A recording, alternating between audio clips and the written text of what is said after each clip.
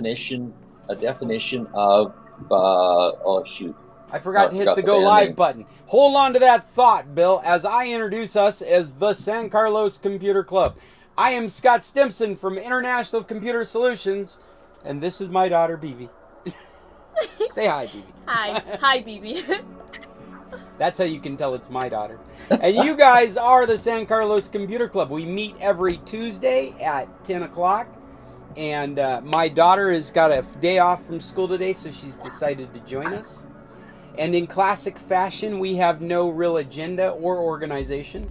We've been talking about puzzles and music. Anything else we need to add to that list? I don't know, but I just hit the live button, so if you want any of that discussion, you'll have to listen to the podcast where the audio starts before the video does. Bill, what was your last thought? Hey, look, it's Mina. Mina's here. Hi, Mina. Hi, I can't see any of you. Can you see me? Yes. Yep. Yeah, we can see you. Yes. Yeah, we can see you. Sorry. But I can't see you guys. Terry's here too. Hello, Pop. Hi there. Oh, we can hear Tata in the background. Well, we just We don't know introduced how to- ourselves, and we are looking for... I've got some topics. We've still got topics shaking out from the insurrection in the United States. And we've also got puzzles that we've been talking about. So in classic Computer Club fashion, there is no real rhyme or reason to our order. Bill was just had a topic. I hope I didn't... I hope you kept... Did you pin it? Who's Jerry Garcia's band? Grateful Dead. Grateful Dead. That's Grateful right. Dead. Grateful Dead. Well, I heard the definition of Grateful Dead. It's country and western music that people on LSD like to listen to. There you go. What? Country and western music. Country western music that people on LSD listen to, Ah. which is very true. LSD is a hallucinogenic drug, kind of like Oh. drinking too much tequila. Oh, okay. Well, How fortunate for you, Scott. You got to explain that. Yeah, thank you, Bill. 13. Keep it clean. Give me a break. 13 and on the internet all the time. Yeah, she actually knows more than I do. you think that. We're hoping so. Maybe she can tell us what some of the communication abbreviations mean. Oh. Oh, I bet she could. Do you have any in mind? Are you thinking of anything particular? Well, the best one was this. It's a commercial, where this guy goes to his neighbor and says, "You know about networking and stuff like that. What does IDK mean?" And the guy says, "I don't know." He says, "Well, I thought you would know." Pog. What is POG? Do you know? It's a Twitch streamer thing. It's pretty much just an expression like happy or excitement or surprise. Just Pog. Wow, that was Pog. Really? Yeah, it's pretty much how it works. Hold on, guys. I got to write that down. Actually, it was during the insurrection. My grandson was watching it with his social studies class because they were at home learning. And I said to him, we were watching it, and he said POG. And I didn't know what that meant. Pog. So is it an abbreviation for a specific thing? No, it's just some Twitch Yes, it streamer is. thing. Is it? Well, Pretty outstanding, pretty awesome. Something, I looked it up, but I can't remember now. Urban Dictionary is where you want to look it up. It's a joke. Yeah, Urban Yeah. Dictionary, that's right. the Urban Dictionary. Urban Dictionary. You just have to have you can't have a delicate palate in the Urban Dictionary. You know, with It stands for play of the game. Play of the game. That Yeah, reminds so in me the of game, goat. somebody makes an outstanding move. Play of the game. You know what? It was during when we were watching Lucy. That's what it was. I was watching Lucy, and I said, "That's pretty, strange or something." And he said, "I said interesting," and he said POG. So play of the game, like it's the best thing that he'd seen or something. I don't know. That's very cool. Well, yeah, that abbreviation reminds me of GOAT. Have you seen that? Goat? Yeah. Oh. Greatest of all time. Greatest of all time. Of all time. You haven't seen that? That must be a, like mature internet citizen abbreviations. My daughter's just wrinkling her nose at it. It's like, what are you guys talking about? But GOAT, didn't that originally apply to that gymnast, whatever her name is, that got all tens in the Olympics? I can't think of her name right now.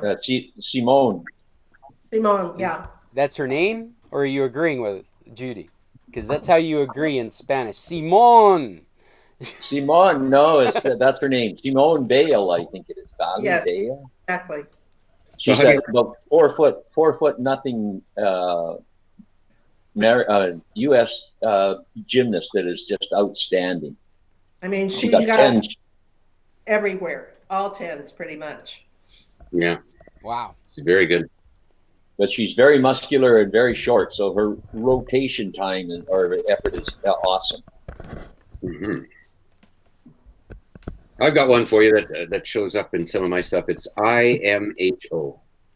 In In my my humble opinion. In my There you humble go. All right. opinion. That's It took me a day to figure that one out. I just Google it. right. I don't even try to figure it out. Nope, nothing. That's said by Okay, people Scott. without humble opinions. That's right. Not there. It's said by unhumble people in my finding. It's at the start of a Trump tweet, but it's from Is it? 2 weeks ago because he's not tweeting anymore. I'm No. sorry. I was That's going right. with Did you the see non-humble theme. Yeah, the newest thing is, since Trump was taken off Twitter, the disinformation on the whole network has dropped by 74%. By 74%. Is that a real Yeah, number? like The accuracy of it's a real number, information on yes. Twitter. Yeah, they track it. Somebody tracks it. Like the amount of information that's not true or verifiable has dropped 74%. Well, that's And the amount of chatter about the election being stolen has also by 75%. well. Yeah. Well, that's disinformation. That's disinformation.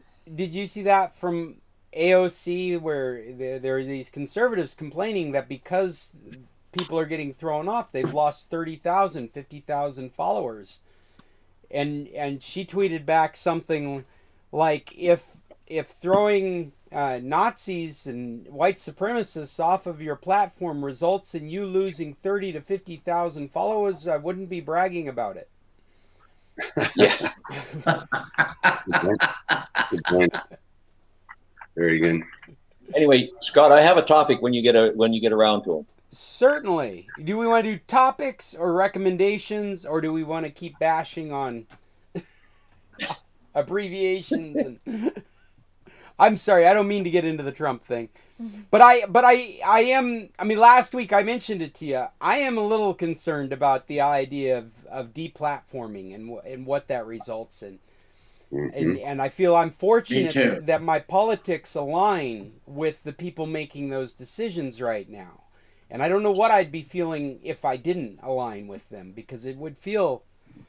I mean, I understand all the arguments. I understand that it's private company, that they can choose to not do business with people. I get that. And at the same time, this is where we've built everything up to. This is the way we communicate with each other. But you have to realize too that something else is going to take its place with that select group of people. So, well, it's what's the point really in shutting it down, other than making them go underground to a new platform? Well, and that alone is a little disconcerting. Like before, we had extremists mixed in with moderates. And now for moderates to carry on those conversations, they have to join the extremists in their underground and secure places to talk. So it almost feels like we're forcing people into being more radical by not. I have faith that I'm sorry, Paul. the Go ahead. FBI is monitoring every. I have faith that the FBI is monitoring every channel. Well, I guess I heard somebody from law enforcement on one of the Talking Head shows in the last week saying before they had one channel and now they have thousands of channels that they have to pay attention to. And I gotta say, encryption is good. What we have for encryption right now is solid, and it's only been compromised by the implementation. So the more accurate the implementation becomes, the more private those dialogues are. And when they are purely secure like that, you're done monitoring them. You're absolutely done monitoring them. And so we're kind of pushing them to become more sophisticated than maybe they were planning on being. And that's a little disconcerting as well. I would almost rather have an open environment where crazy people can shout, until they go blue, just because we know where they are and we know what they're saying and we're able to form opinions against it. And we can't do that when they go underground. Well, I'm sure that 3/4 of those people that march think that it's a violation of the First Amendment to have them off because they don't understand the First Amendment. Yeah, and Paul, I wish that was I wish intelligence is what we were arguing about. I mean, when we have these conversations, I wish it was some super villain versus some super intelligence, and we're trying to work out the dynamics of our culture. But that doesn't seem to be the case. I mean, like the first, it doesn't matter. It doesn't matter if they think their First Amendment rights have been broken, and they aren't because it's a private company. What really matters is that they stormed the Capitol while being dumb, while thinking that was the correct way to be. And taking away their ability to communicate with each other may have good short-term benefits. I'm just worried about the long-term benefits of setting precedents like that. And you really are laying those activities in the hands of business instead of, government can't do anything about it. I find a lot of people when they start to talk about, they say, "Oh, I don't mind having these rules that because I don't do anything wrong," and somehow they think that that this what is right and wrong is set by something outside of our society. But once you decide what's right and wrong, then and are in control, then everybody can be on the wrong side of that. Yeah, just to cut to the chase, Jim, it's like what's right or wrong is dependent on who's in charge. Mm-hmm. It's censorship, and you have to. It's not the American way to have censorship, and you can also say that Carnegie and the barons, robber barons of the late 1800s were all private companies as well, but they got too big and became major obstacles to freedom. And had to be busted up. Chester, I think I'm in full agreement of everything you just said there. which I find a little odd because we share slightly different politics. But I go back and forth. I think it's if you're a business owner, you have the right not to do business with people, and this is the way the marketplace shows that they're not going to tolerate that kind of stuff. So like if I own a grocery store and you're out in my parking lot spouting white supremacist garbage, I think I should have the right to kick you off my private property, and I'm not censoring you. Go across the street. Go find some place that you can share these ideas. But then the flip side of that in my world is we've created this infrastructure used purely for communication. And there are only a few large companies in charge of them, and they are definitely on the other side of these politics. And so they can very quickly make it difficult for people that have alternate opinions lose their ability to share them. Well, like your example you were using, if you if the private company owned all of the parking lots throughout the country, and you couldn't go to any parking lot and talk, that's censorship. And No, it isn't. censorship No, it, applies. no, if it's private property, it is not. Well, so was Carnegie's refineries were all private property as well as the oil wells, but it was still a large enough to be a monopoly. And you have that same issue developing with respect to these sites that are determining what is accurate and what is not accurate, and what is moral and what is immoral, and it all boils down to censorship and taking away your rights. You know, Chester, I like your analogy of owning all the parking lots, because we really are dealing with that with this internet technology. We're dealing with a very small group of people or group of businesses that own all the parking lots. They own all the streets. And so, yeah, you could dig your own path, but that in itself, the fact that you can't take advantage of all that other infrastructure really shuts you down. I think it's a very complex issue to get in. I agree with anybody that says it's not a First Amendment issue. I don't believe it is a First Amendment issue. Actually, I would think all the way on the other side, we've got issues with monopolistic behavior, which has led to them having this kind of control over what Chester's calling censorship. I'm having trouble using that word when I know it's not the government doing it. It's also the question of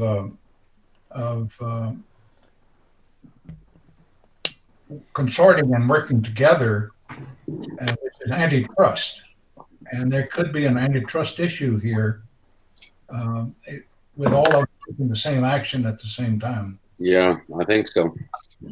Yeah, it just doesn't feel right. It doesn't feel like the right way. I mean, it feels right in my heart. I'm like, shut them down. Shut them down and arrest them. But I really do worry about where that brings us in the future. What kind of precedent that we're setting for the future, because I completely believe that what is right or wrong is dependent on who's in charge. And there's no reason that if this can lean this way, it can lean the other way. Mm-hmm. Careful what you build. Well, and the fact that they're literally going underground. I think there's reasonable people that are going underground as well, because the big companies have made it clear that they can't hold any opinions that go against their own opinions without the fear of getting shut down for those opinions. Even though I completely agree, it's not a First Amendment issue. These are private businesses. They can use the marketplace. I mean, this is true capitalism at its finest. You've got some brokerages out there that don't want to do business with you because of your politics, and they don't have to, because it's private business. But maybe the way we're running these businesses is the question. Maybe what we're allowing to happen in that marketplace is the real question. So this baker I think it was in Denver, refused to bake a wedding cake for these two guys. I think they were guys that were getting married, and that went all the way to, I believe, the Supreme Court. Mm-hmm. And it was his right to refuse that. They could go elsewhere. Judy, did you see that meme went around the internet when people were complaining about being deplatformed? And they're like, you have gay bakers to thank for that. Yeah. Because the Supreme Court made it clear private business can choose who they do business with. Exactly. So, there's two sides to all of this, but when the speech is inciting a riot and an insurrection and leads to sedition, that needs to be shut down. Yeah. Yeah, I think in Canada there's hate speech, and they're for 2 decades, and we've had these laws on our books that you can't incite crimes against someone. And I shocked. Who defines hate speech and who defines a crime? Say that And again. They're federal crimes. Let's try and You can't take turns shout because you fire guys are or breaking anything. up. Is it a felony? What type of felony is? This can get very dangerous in a hurry. Well, we don't call them. I don't think we don't use that word felony or felony crimes. They're just federal crimes. So, do you know anything about this, Cheryl? How our hate laws, our hate speech laws work? I think that I don't know that it's. I think that the word felony, to me, says that then you are jailed. Is that correct? More than a year. Fairly, Felony is more than a year in the United States. felony Yes. is a serious crime, Mhm. and a misdemeanor is a non-serious crime. Okay, so I think the hate crimes that there are, I think you have a record. I don't know that you are incarcerated. I'm not sure what the penalty. My questions relate to who provides the definition and who polices, and all of this is a slippery slope that can get you and your country in trouble, and you have to approach it very cautiously. Yeah, I don't. There's only been one case that I can remember that a fellow has actually been charged and convicted of this hate speech. Remember the Holocaust denier, Zindel, I think was his name. You remember that, Phil? Kingstra,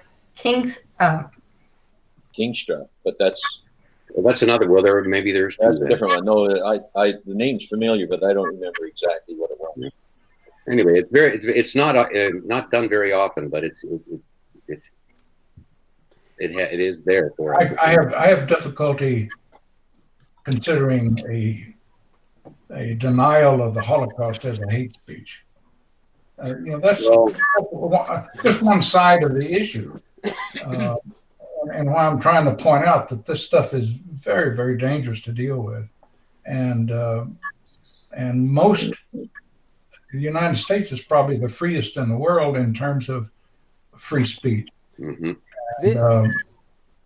And I don't want to see us become a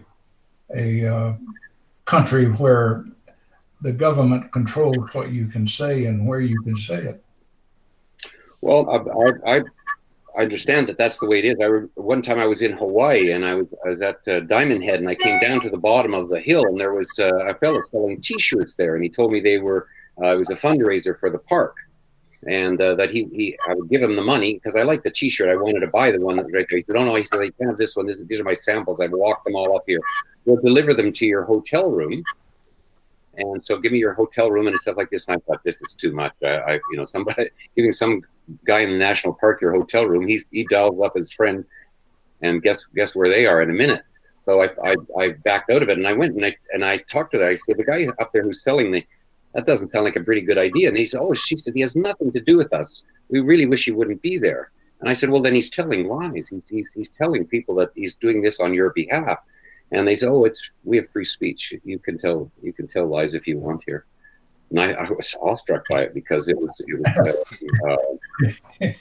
wasn't extortion, but it was some kind of fraud. It was fraud, and we're going to allow politicians in Washington to define what is lying and what is hate speech. And he was lying that he wasn't giving any money to the park.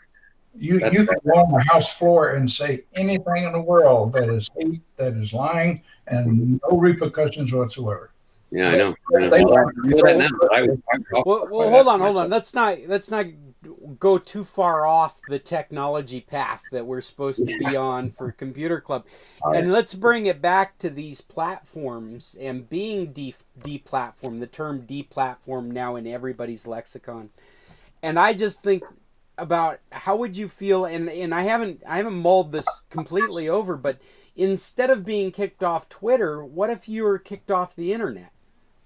I mean, what if AT&T just severs Trump's internet connection, and put yourself in that position? Like that's not government, that's private business. They decide they don't want to have anything to do with this customer. So now he's got to go compete. He's going to go to the competition to try and get internet. But because of the way we regulate internet, there's only one other place to go, and they share the same politics, and they're not going to give him an account. So now you can't get internet from your cable provider or your DSL provider.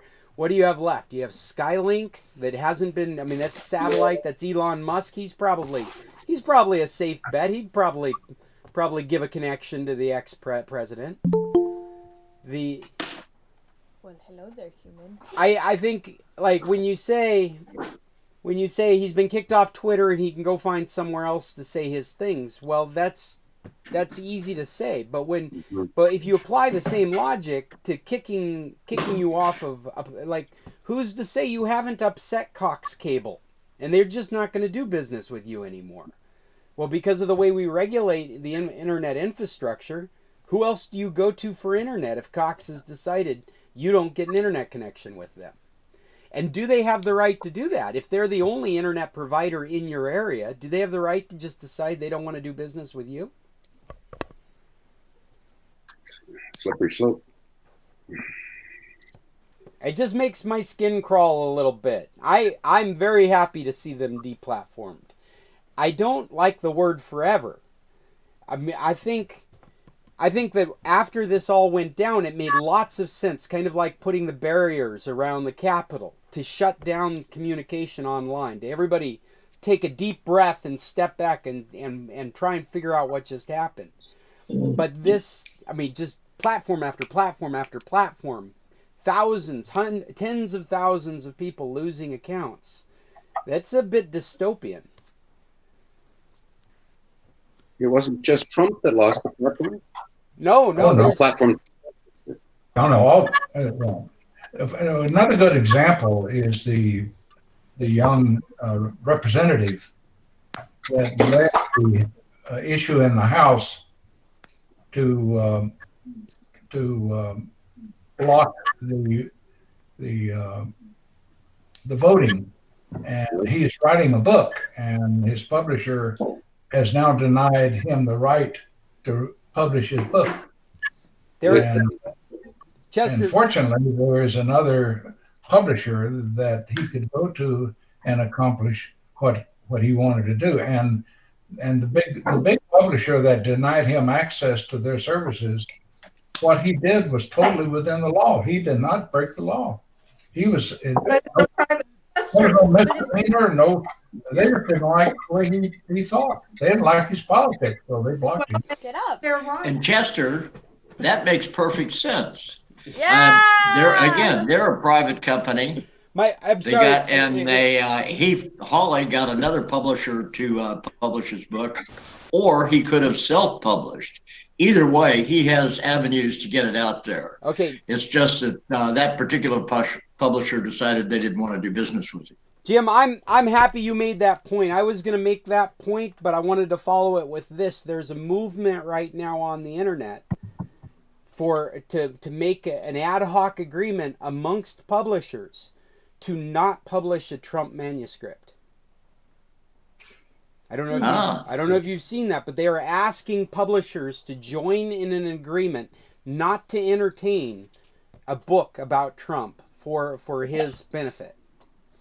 Did I say that right? I mean, I think it's for our benefit, but it's so that he doesn't profit off of selling his story. It's just like the PGA. It's like the PGA. In my view, that would be antitrust. Yeah, and he can still self-publish. Exactly. And it's yeah, like the only problem is it's like the PGA pulling the whatever it was, the golf match from a Trump property. I don't see anything wrong with that. That's their option. Agreed. It's no different for somebody saying, okay, we don't want to publish your book. It's the same thing. It's because it's private companies. Exactly. And they get to decide who they're going to do. I'm sorry, Chester, go ahead. To publish his book, then that's not good. Say that again, Chester. If they all get together and decide none of them are going to take a certain action, then that's antitrust, and that's not good. That's right. Yeah, I tend to agree with you there. Yeah. See, this is my dilemma. It is. Any of those things have to go through an editor, And that's what an editor does, is edit, removes parts. Yeah, we started this club. Some of you were already with us. Bibi and I were joking because I was showing her my YouTube status, and I have a bing against me because Jim and I did the Apple Watch Party together, and I had been broadcasting it on my YouTube channel, and within seconds they flagged it as copyright infringement. And of course, first of all, I think we could get into that, but they denied my appeal, so I can't get into it. And then their terms of service say that if I do it again, I could lose my channel for 6 months. Wow. I'm not dangerous, and I'm not trying to take advantage of people. I'm not trying to spin somebody else's IP off as though it's mine, or try and profit off of it as though it's somebody. I mean, maybe there's a little bit of an argument. I steal pictures off the internet to make my album art for our podcast. I don't. You went against the terms of your agreement with them. That's right. I did. But I didn't understand that until the first hit. I didn't even recognize that rebroadcasting the keynote, that's what it's called, the Apple keynote, rebroadcasting it in a window next to Jim and I talking about it would count as copyright violation because they're broadcasting it on the internet. Everybody can see it. But they decided, and I'm sure it's an algorithm on both parts, both when they took it down and when they read my appeal. I'm sure it's an algorithm that said, nope, that doesn't qualify as a good reason to do it. And if you do it again, you could lose your channel for 6 months. Don't do it. Don't do it. 1984. I mean, I don't want to listen to him any more than anybody else, but I do want to be very careful that I have the freedom to listen to anybody I want to listen to, and that Or not listen to it. Or not listen to it. That's right. Yeah, we have the ability to block people, to turn off the TV, to not go on Twitter so that we don't see things that upset us. So on the other side of it, there are consequences for what you do. You broke your terms of your agreement with YouTube, and you have to face the consequence. Even though you did not know you were doing it, right? You have to face the consequence, do it again, and you know what the consequence is. So, Cheryl, I would agree with Scott, though. I'd argue that he did not break the terms. It would have been a useless argument, I understand, but still, legitimately, he was not consciously breaking the terms of his service when that's showing in the background and he and I are having conversations. But aren't there broadcast rules and everything? Like, didn't somebody have to pay to put that keynote speaker somewhere? Like, well, it was all being broadcast on YouTube from Apple on every available channel. And as you could probably imagine, if it was me that somebody was copying the Computer Club and talking on top of it, I would bet I couldn't get it shut down. But I can bet Apple can. Apple can get it shut down. They could have, right before they're doing the presentation, they can have a mandate out at YouTube going, there is not supposed to be any rebroadcasting of our stream. well, and it's copyright laws. I mentioned Mark Mulligan. He cannot do cover songs. He has to do his own music. At Christmas time, he was able to, on his show, do Christmas songs, to have his family sing those kind of songs. But I've made videos where Facebook has told me, we've muted your sound because you do not have the rights to that music. Yep. So... ASCAP, or I think it's ASCAP, that used to go into all the bars. Say it right, Judy. It's ASCAP. ASCAP, like an ass for your head. It's ASCAP. What am I listening to? I just want to get the pronunciation repeat right. that word. I don't want to know what it means. It's like an anal sombrero. That's what you need to think of. Well, we can all be thankful. Let's all be thankful that happy birthday to you is not copywritten anymore, and we can Yeah. sing that. That's right. That's why in restaurants they didn't sing it. They made up their own happy birthday songs. I'm sorry, Judy. I didn't mean to shut you down. Did you want to finish? No, your no, I mean, that's when I worked as a bartender. That was the thing. They would come, the representatives would come in, and if you hadn't paid, you couldn't have that music. Yeah. Yeah, we have the same thing in Canada. There's copyright laws, and whenever we brought a performer in, if he was going to be singing somebody else's songs, not only did we have to pay the performer, we also had to pay this government agency that paid all of the musicians. According to my friends that are musicians, they get like cents on the dollar that was being collected. But there is a way to make sure that the people that created the content get paid for it. So maybe that's what happened with Scott, that it wasn't so much that you were broadcasting it, it was that you didn't own it. Well, Cheryl, I think it's definitely because I didn't own it, but I think it was enforced because it was Apple. Ah, there you go. That's true. I think that ASCAP is a union, and therefore you have to. If you have a restaurant and you're playing, like you have a restaurant and you're playing FM music, you have to pay the union to do that, and that's ASCAP. Yeah. That's not a government agency; it's a union. Right. Chester, I don't think anybody was calling it a government agency, but that's the way they keep track of it. Canada, that's how they know who to fine and who to collect money from. Yeah. Well, I didn't want to fill up our whole hour with this kind of discussion unless you guys want to keep going with it. I'm happy to take topics or recommendations. Did anybody show up with any recommendations for book, movie, podcast? Let me get through the intro. Podcast, website, application, anything goes. What would you recommend? Cheryl has her hand up. And then I think Judy was after me. We were both the same time. Anyways, I watched News of the World. And at the same time that I was watching News of the World, my friend is reading the book. And I'm not sure if she's going to like the movie, but I quite enjoyed it. Civil War, Tom Hanks, is that what it is? Yes. News of the World, is that what you said?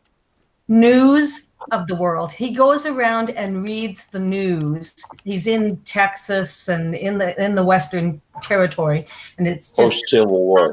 Post-Civil War, yeah. Oh, wow, is this a new film? I haven't heard of it. Yeah, in the theaters. Oh, where did you find that on Stremio? Where did you find it? We did it on Stremio. On Stremio? News of the World. I'm just looking it up right now. But the name of it doesn't jibe with the commercials, Scott. The commercials show him traveling with a little girl to bring to her aunt and uncle. Ah, okay. After her family has been brutally killed by the natives, and she's been raised by the natives. Ah, this is the reason you had to watch it on Stremio. It's on Apple TV. In the United States, it's on Apple TV for purchase. But you can rent it from Apple. Let me just say it like that. You can rent it from Apple TV, Amazon, Google Play, YouTube, Fandango. I keep forgetting they actually have a service. Vudu, Microsoft, Redbox, and DirecTV. That's in the U.S.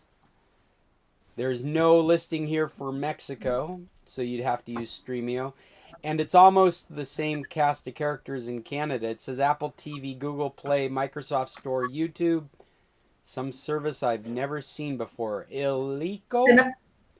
Cineplex? And Cineplex. And Cineplex. Yeah, Cineplex. Are you familiar with Illico? That's a service I've never heard of. No. It's ILLICO. It should be. Never heard of him. Illicito.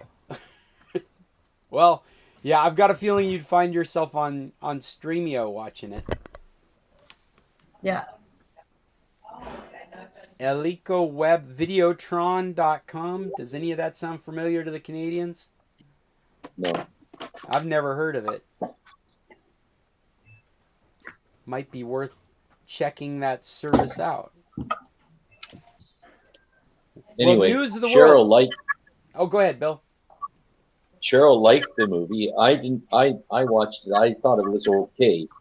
I thought the some of their episodes in the middle were pretty contrived, and the ending was contrived. I would not give it a great recommendation. It's not bad, but it's not a great recommendation for me. One of the things that drove Bill crazy was they had a horse that had a saddle on it, and the horse was never ridden, but he had the saddle on for the whole duration of the show. Yeah, they Poor horse. they had a saddle horse that they were leading with a wagon with the buggy, and he supposedly he led this damn horse all the way across Texas with the saddle on it. You know, instead of the saddle in the wagon. I'm just no didn't make a lot cowboy, of but sense. I know that's wrong. Why would you suffer your horse like? I played Red Dead Redemption. Why would you suffer your horse like that? Well, he would have beds or sores like you wouldn't believe. It'd be awesome. So the other thing I didn't think was great was he had a shootout partway through with three guys and killed all three of them, but never collected their guns or their bullets or anything from them. He just walked away and took off on his journey again with his old 16 gauge shotgun that was good for nothing. He didn't pilfer them for resources. Well, that's what you do in the video game. You just grab all the resources off of the guys you just shot. Keep moving. Exactly. Well, in real life, that's what you do. You don't leave stuff like that laying behind. Especially their boots. Yeah, their boots too. One curious reason for watching it, though, has Tom Hanks. But he has this. I agree with Chester. No matter the complaint, it's got to be pretty good if it's got Tom Hanks in it. Right. I have never. And I thought Chester would like it, but I also thought that Sandy and Terry would like it too. So I see Sandy just came back on. I'm gonna watch it. Yeah, it's an okay one. From my point of view, I thought there were some pretty silly things in it. But I watched it as entertainment, not a real story. So. It's a movie, Bill. Yeah, but movies. Here's the problem. You know, whenever I see stuff like that, it kicks me out of the movie into the real world. I say, "Oh shit, you wouldn't do that," and then you kind of go back into the movie again. You know, it definitely kicks me out of the sense. I share the same sentiment. When I was watching the Fantastic Four and they made Jessica Alba a blonde Latina that's supposed to be a white girl, that really bothered me. I got over it really quick because it was Jessica Alba, but still. What gets me is commercials where they're using somebody that's fishing, and the guy's got the fishing reel upside down, the spinning reel upside down, and I know that there's 10 people involved in shooting that commercial, and nobody knows how to use a spinning reel. Nobody knows how to fish. Can we get at least one person on this commercial that knows how to fish? Yeah, having worked in 1858 in the National Historic Site, when I see people portraying themselves in 1858, I do get a kick out of the way some of them behave and how clean they are, how pressed their shirts are, things like that. You know. And there's a commercial on TV where these guys are crab fishing, and it says, if we catch crabs in Maryland and Virginia, do we have to pay taxes to both states? Well, not with those crabs. They're Dungeness crabs. It's kind of like the movies where they have. That's funny. They weren't Maryland blue crabs? No, they were Dungeness in a pot. In the 1920s, they'll have all of these wonderful cars running around, and every single one of them are clean. You're just out of a museum. Yeah, that's how it is in Cuba. They're all clean. They're all clean. Do we have?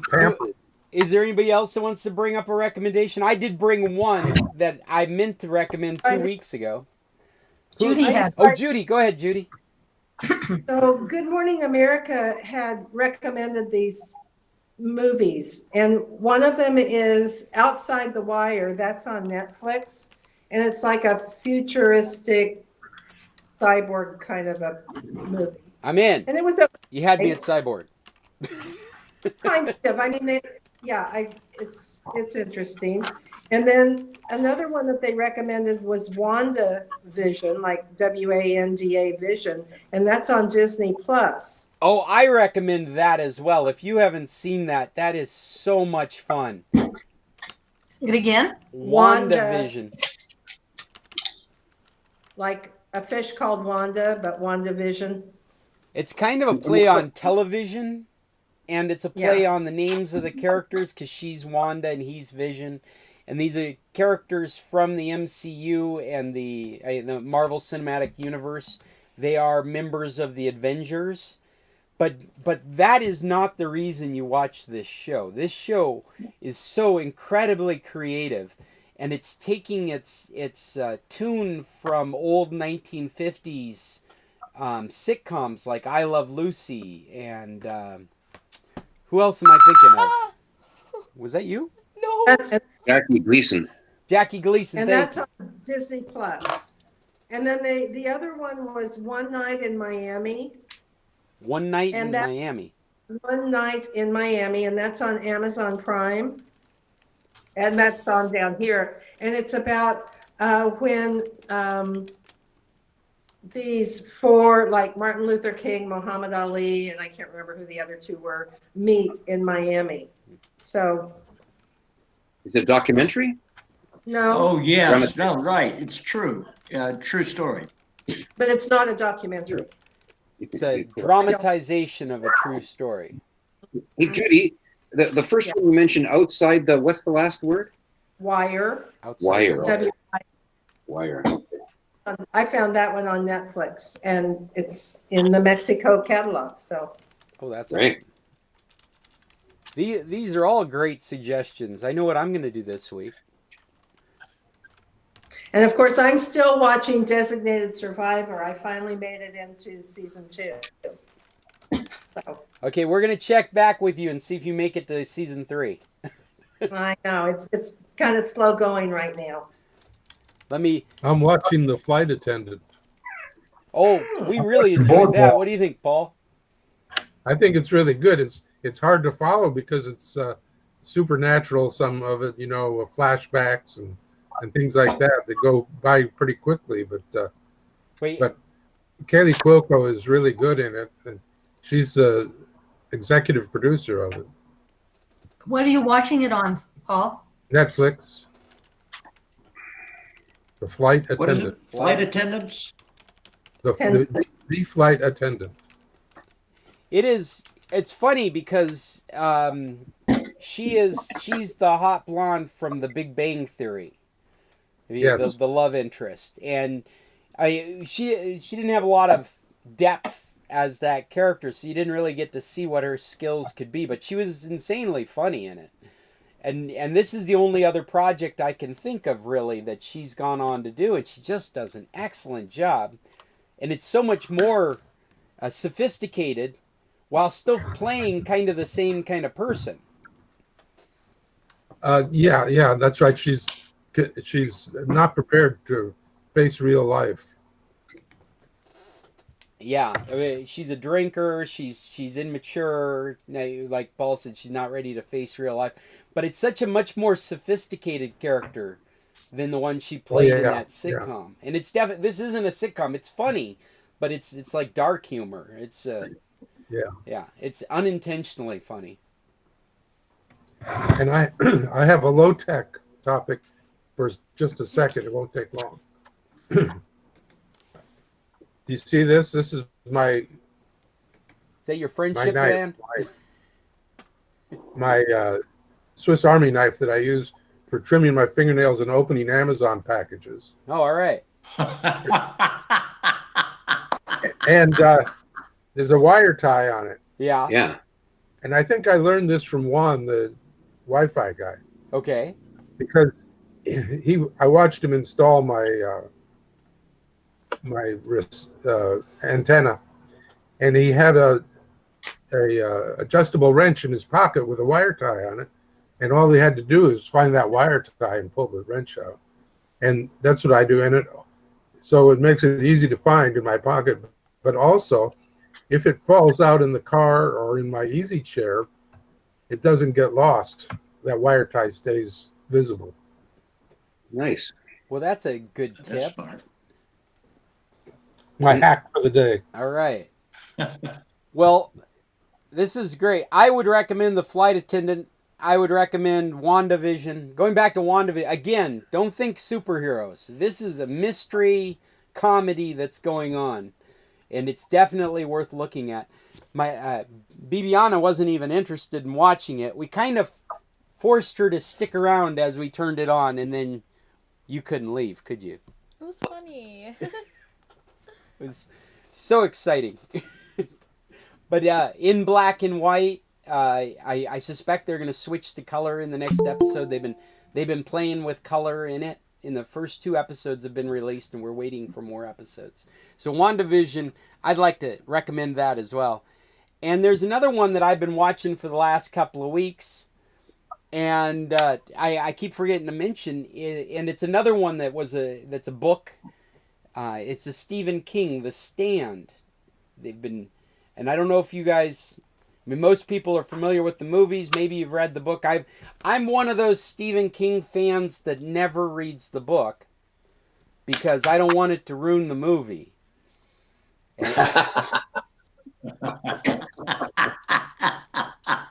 Sounds like a cop-out. Come on, you're guaranteed any book he writes is going to be a movie, so why read it? I'd rather see a really good movie. True. And so this is a remake of The Stand. So is this the old movie? No, this is a brand new 2020. And it's really well done. It's episodic. We're waiting episode by episode. Each week there's another episode coming out. And I would have mentioned it earlier, but I wasn't, because it was kind of straightforward, The Stand. But I find myself waiting diligently for the next episode to come out. And I can't get myself to wait until they're all out and just binge it all at once. I've got to see the next episode. And to me, that's the sign of something that needs to be recommended to other people. So the Stand is on my list for today. Hi, And Kathleen. where do you? Oh, sorry, Judy, what was that? Where do you watch that? I've been using Kodi to watch it. But let's see if I can find it on Just Watch. I also wanted to tell you guys about an experience I've been having recently that you might find interesting. The Stand. Where is it? The Stand. Oh, that's interesting. I can't find it on Just Watch. Maybe I'm in the wrong country. Let's try that. Here it is. I'm going to find out it's on one of the services that I subscribe to. Now, this is the 1994, which was all right. Here it is. I'm just using Just Watch to see where it might be available. Oh, CBS All Access in the United States. So that's another one of those programs they've put out trying to sell their streaming service to people. And because it's on CBS All Access, it has not been released in Mexico or Canada. In the past, their products have been available on Netflix in Mexico. I don't know about in Canada. But they don't even show it as being available on Just Watch outside of the United States. Maybe it's too new from their point of view. Well, I wanted to share with you another experience that I'm having as far as recommendations go. I watched a movie. I can't remember at the moment. I can't remember why I watched it. But Sid told me it was a Howard Hawks film. And Sid is big into old movies. And he's like, you should check out His Girl Friday, which is another Howard Hawks. Maybe some of you folks know His Girl Friday. It's a famous movie. And I thoroughly enjoyed that. And so I went out on the internet and I got a list of Howard Hawks movies that I could run through to see if I knew the movies And even if I did, it turned out I had seen His Girl Friday before, but I sure didn't remember it. I remember when things popped up. I'm sure you guys have done this before. As things came up in the story, I'd be like, oh yeah, of course, yeah, I know this story. I've seen this story. But I thoroughly enjoyed watching this old time movie. And so I brought up this list of like some of the 16 quintessential movies that you should watch from Howard Hawks. And I've been going down that list trying to find where to watch these old movies.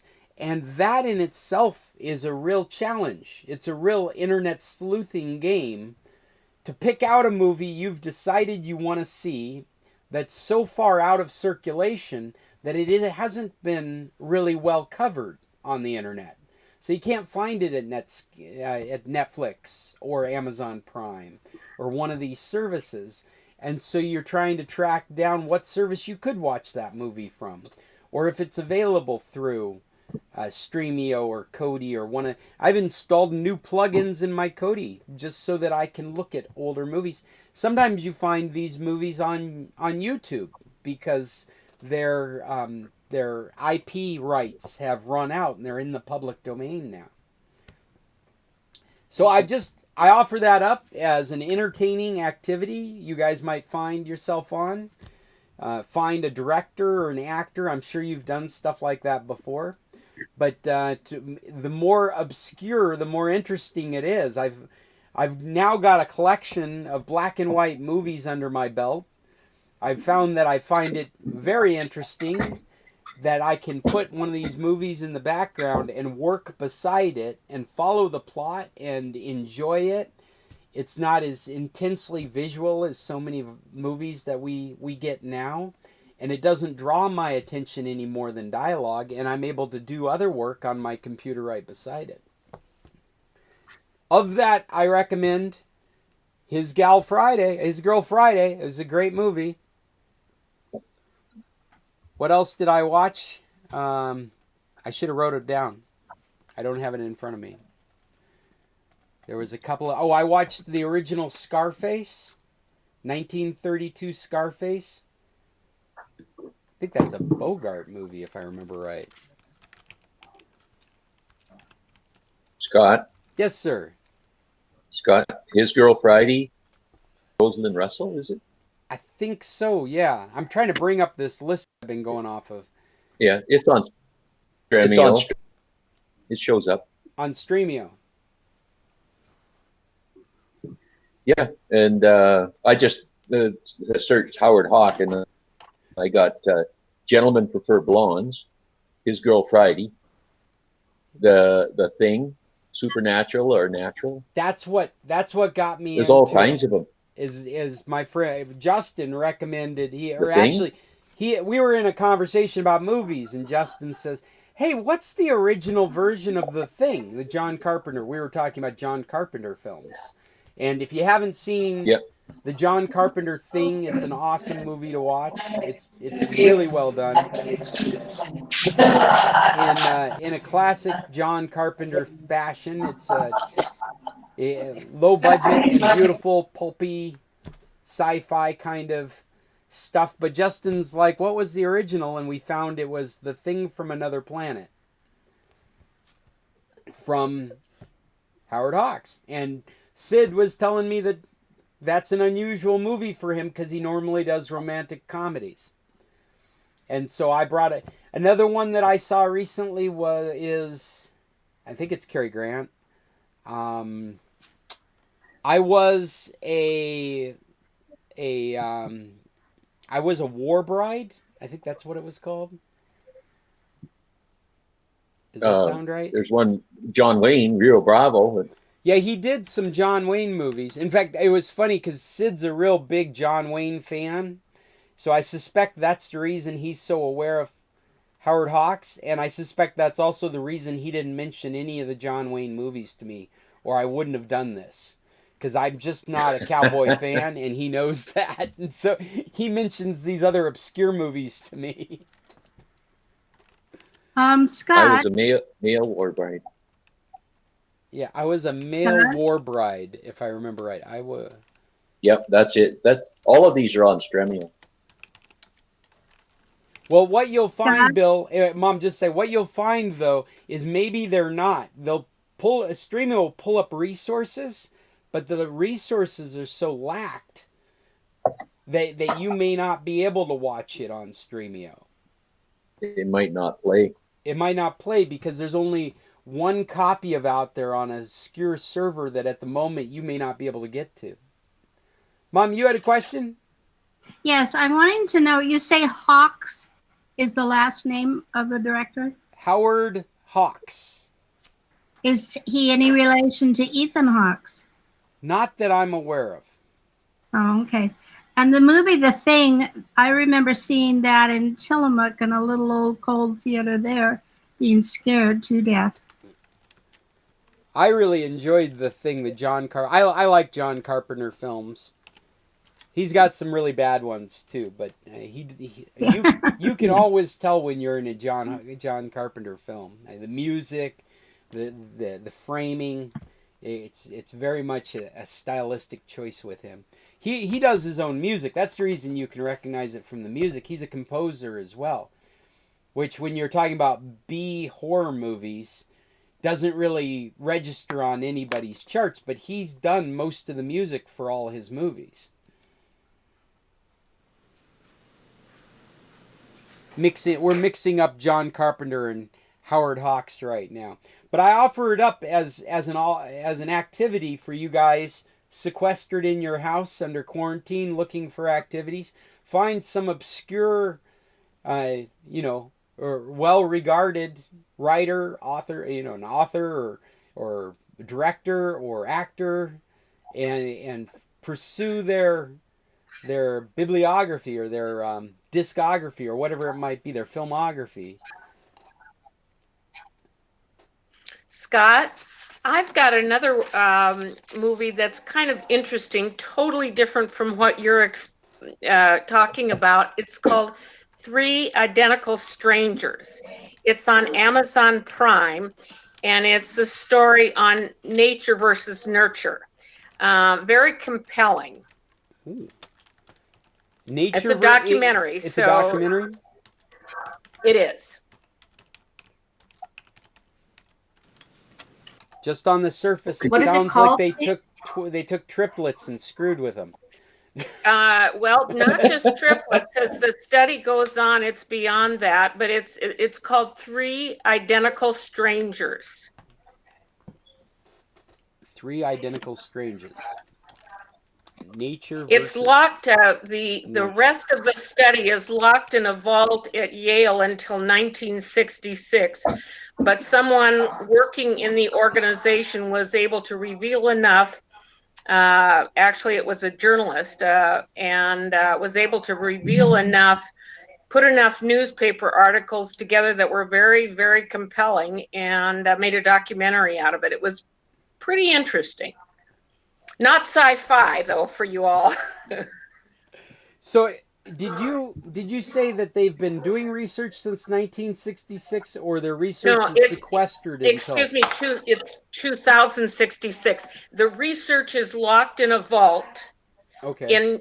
At Harvard until 2066, but one of the people in the office was able to meet with a investigative reporter and grabbed enough information to reveal this study that was done. And then they found that the triplets were not the only ones, and there are more out there that have yet to be figured out. And until that vault is opened in 2066, we may not know the rest of the story. I'm guessing I won't know the rest of the story then. Yeah, what about these people that don't have that kind of time? Yeah, no, me neither. Write that down, Vivian. Yeah. Oh, we lost Vivian.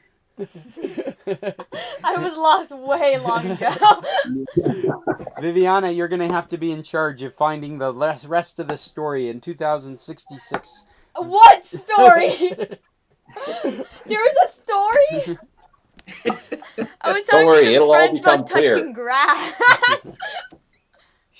She's doing her chat thing right now. Wasn't paying any attention to us. Okay, Scott, I got a little technology report. Okay. Okay, we bit the bullet and bought the Deco M3 or M5. Oh yes, yes, I saw your Facebook post. Dutifully delivered by Amazon, and I'm not sure. I had a little bit of difficulty getting it set up. I was having trouble getting it to actually talk amongst the three. I could be that I was answering some of the setup questions wrong. I'm not sure. Anyway, yesterday we lost our internet everywhere. We lost the old router and the new ones. I finally reset everything, and today our internet is blind. Not the internet so much speed, but the Facebook or the pages loading on the internet are blindingly fast. Well, that's, I don't know what we did, but all of a sudden we're getting real speed on loading pages. so the way you described that, Bill, it sounds like you ran your old router in parallel with your new system off of your cable provider. Is that right? Well, the old router is this combined with the modem, so we can't so that's just from disconnect your cable the old. provider. Yes, so we can't just disconnect it. What I did is I told all of our devices to forget the other router. Just don't log on to it. I got you. But then Okay, you had an and now- experience the other night where everything was off. Maybe they were upgrading your systems. I don't know what they were doing. The decos I upgraded when I started them up. It said upgrades available, so I ran them. Well, the I was referring to as Shaw Cable or Gremlins on the other end of your cable. Yes, exactly. Yeah. Well, we're still having that problem. Our internet wicks in and out about every once in a while for about a second, and then comes back again. And I get a report. I got it sitting here monitoring it, and I get a report on it. But I have not ever been able to figure out. I think it's beyond our house. I think it's something that Shaw. I definitely agree with you. If after replacing this mesh network, actually, it's being fed by the Shaw modem router, isn't it? Right. So yes. So and that's a new piece of equipment. Didn't they bring that out to you new recently? Well, we did upgrade to it. That was another story altogether. We decided, we talked to the provider, and they said, okay, well, and they did the standard stuff. They don't come out anymore and check things because of COVID. Sure. They just do everything online, and they tighten the cables, change the splitter, that whole thing, and it still didn't help. So he said, well, maybe if we try this new and improved router / modem, that'll help. So they sent it out. We hooked it up. It was $10 a month more to rent it. You're renting it, and we rent it, and it didn't improve it. So after a period of time, we said, well, that's nonsense. We sent it back. Only our old rate on the old router was grandfathered, and they said, oh no, you've lost the grandfather clause now. Now you have to pay the going rate, and it was $4 more anyway. So but it still hasn't improved any. And now I've hooked the Deco up to it. Bill, you almost sound like you've been economically deplatformed. Pretty much. So I have been running one computer on. You're having this conversation with them, going, "Well, screw you! I'm going to the competition," and you're looking around, going, "Does anybody want to sell me internet?" Well, they still got the best deal as far as we can tell. That's the problem. Anyway, I got one computer running on the Ethernet on Cat5, direct out of the modem. I've got two machines running off of the wireless, and they're now running off the Deco wireless. And we're still having interruptions, some interruptions. I haven't checked this one. But so I think it's coming from beyond the house connection. Yeah, I'd agree with you. It sure sounds that way to me. It sounds, especially but if you. They won't. they won't send out servicemen in the COVID times, so we're stuck with it. They won't let us. They won't send somebody out to do the testing and say, yeah, right, you're right, there is a problem. It's just people on the phone saying, well, try this, try that. It's a standard. They got the playbook. They just flip the page, and I've gone through those pages about 4 times now, and it's still made any difference. Sure. We still get interruptions. Unfortunately, that is say the a way little bit internet's about- rolling through our countries. Is you don't, if you had more competition, they'd probably hear you. Well, we have some other competition, but the other thing that happened was, okay, I have my iPhone, and my iPhone has been really, like, I have the data plan, but I turn on the Wi-Fi when I'm in the house, paid Sure. for it, may as well use it. But it does not like the new Dell Deco. So I keep going back to the other one. And somehow yesterday, when we were switching between the Shaw Wi-Fi and the new, the other one, the Deco M5. the Deco M5, my phone, like we shut it down and opened it up again, and I tried to get it going. All of a sudden, when I turned it on again, it wants to install an upgrade, and I have been told it not to do that. And then I had to set up my phone again. I had to go back to set up your iPhone.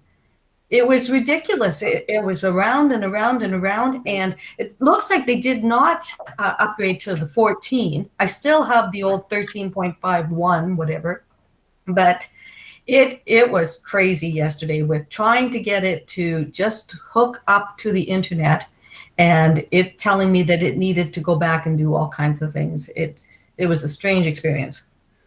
Well, I'm not certain what's going on in your experience, Cheryl, but what you're describing sounds more like an iPhone issue than anything else. Yeah, I'm beginning to think that the iPhone does have some issues. And then, of course, the other thing I use is my iPad, which we all know the iOS is 12 point something, and I can't do things on it. Right now, I would like to use it for Google Meet. And I used to be able to go into the Google on the browser. But now it wants me to download the app. Well, listen, Apple, you already told me you can't download this app because I have the right iOS system. You already told me that I can't get the new upgraded iOS system on this machine.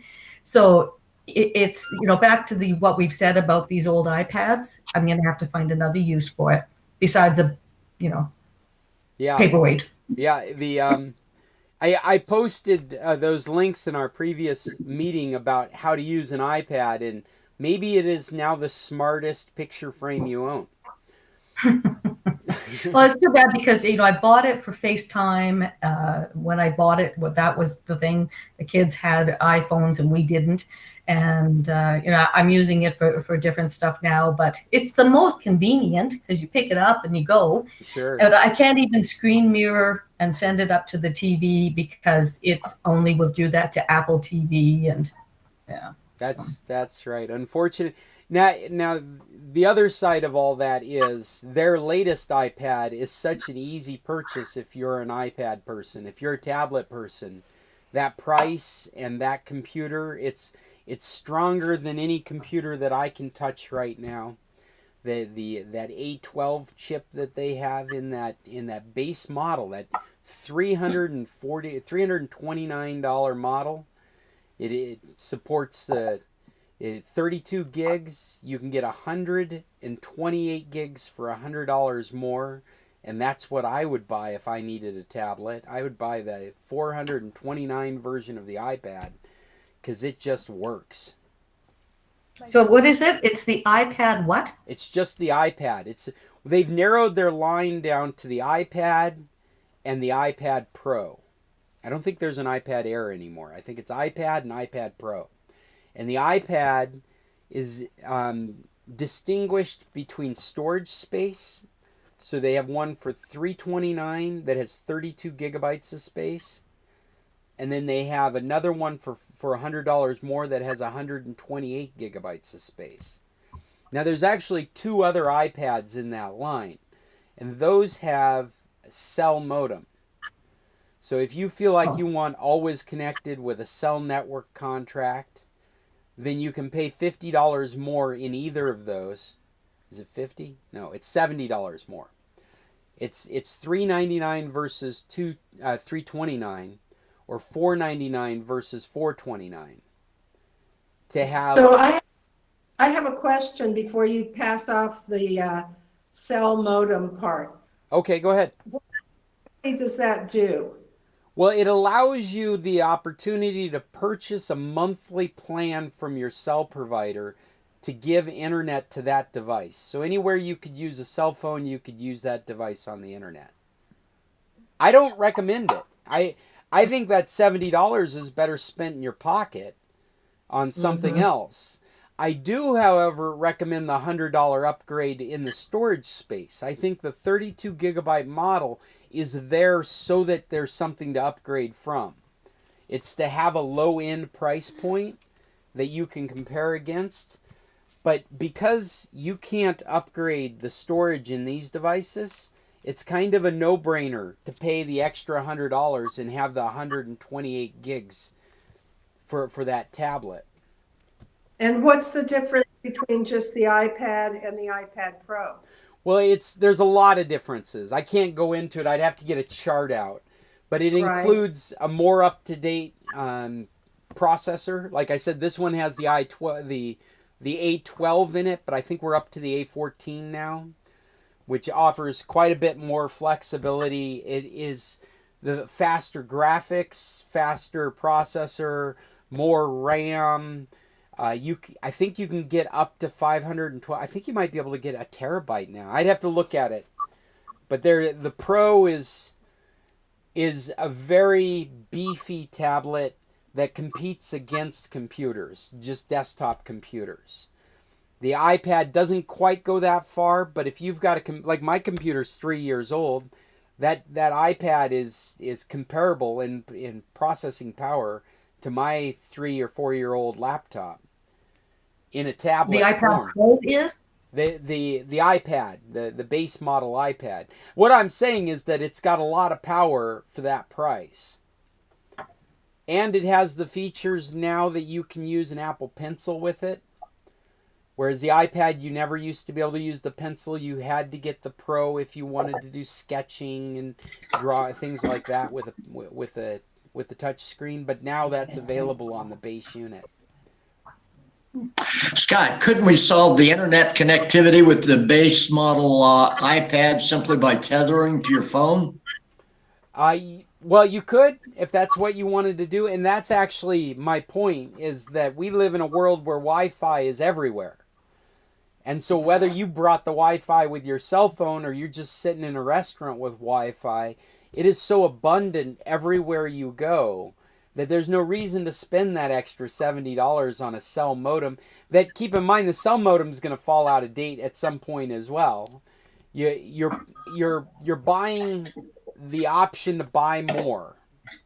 In my mind, when you pay that extra money to have the cell phone option, there's a better chance you're not going to use it, so it's just worthless hardware. But to use it, you're going to incur a monthly fee anyway. So I don't have a lot of incentive. I don't recommend it. It would be a use case. It would really be I don't know, maybe you do some kind of work that requires you to be out in a truck somewhere, and you just want to always pick it up and have. But like you said, Jim, you could do that with your cell phone. Anywhere you have your cell phone, you could have internet for this other device, and you don't have the extra bill. Explain to me tethering from your phone. Well, you can set up set up your cell phone to provide you with a hotspot. You've probably done this before, Cheryl. Oh, no. Okay, so we don't have the plan with AT&T where we can make it a hotspot. Oh my gosh, they're charging you extra for that? No, they're not. It's not an extra charge. It's a feature on your phone, Cheryl. Well, they used to charge for it, and the feature wouldn't appear unless you were contracted for it. In the past, it used to be a feature that you would pay an extra like $10 a month for in the United States. And I think that's what happened when we first bought the iPhone in the US. We could have this with it capable of doing a hotspot, or the other one where it's not. And I'm pretty sure we chose the not. Yeah, I think this stuff will make more sense. Like I might want to pay $70 more for my tablet if my cell provider is providing me with a comprehensive plan that covers all my devices. Same phone number, same Well, that's contract. what I was thinking. Yeah. Yeah, I was thinking, couldn't you use your like we already have AT&T, couldn't I add a device? Yeah, and whatever that cost would be for adding a device, you'd incur monthly. Or could it replace the telephone? Like a family plan. Yeah, it could replace the telephone. You're subject to all those things if that's the way you decide to go. I tend to feel like Jim's saying, I think there's just internet everywhere. And so it's not, to me, that the storage space is a bigger deal than the cell modem. I may be wrong. Yeah. You guys are bringing up good points. I think I'll have a different opinion when Telcel goes, hey, for 500 pesos a month, you can use this plan on any of your devices at a moment's notice.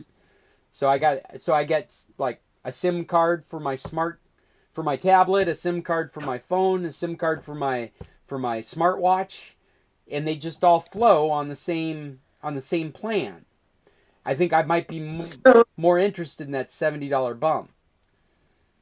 So that's the difference then, because if you don't buy an iPad with cell phone capability, you don't have any place to put the SIM card. That's right. You have no place to put the SIM card.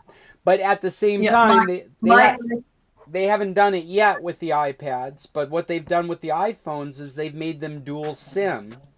And they made them dual SIM by making one of them what's called an eSIM.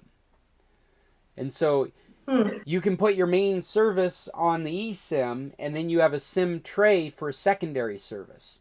And I suspect the eSIM is going to come to these products as well. At some point, you'll get the eSIM in an iPad, and then it's just a matter of whether you have that hardware there or not. You wouldn't even need to go out and get a SIM card at that point. You would just contact a Wi-Fi provider, a wireless provider. I'm sorry, not a Wi-Fi, a wireless provider, like a Mint Mobile or AT&T, and they would just turn on your device.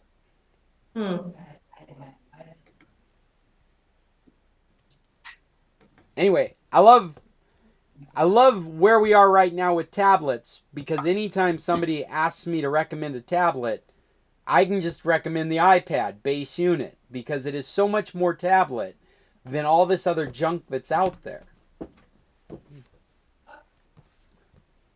But it is more expensive than the junk too. There's a lot of junk out there. I'm working on some junk right now. Oy.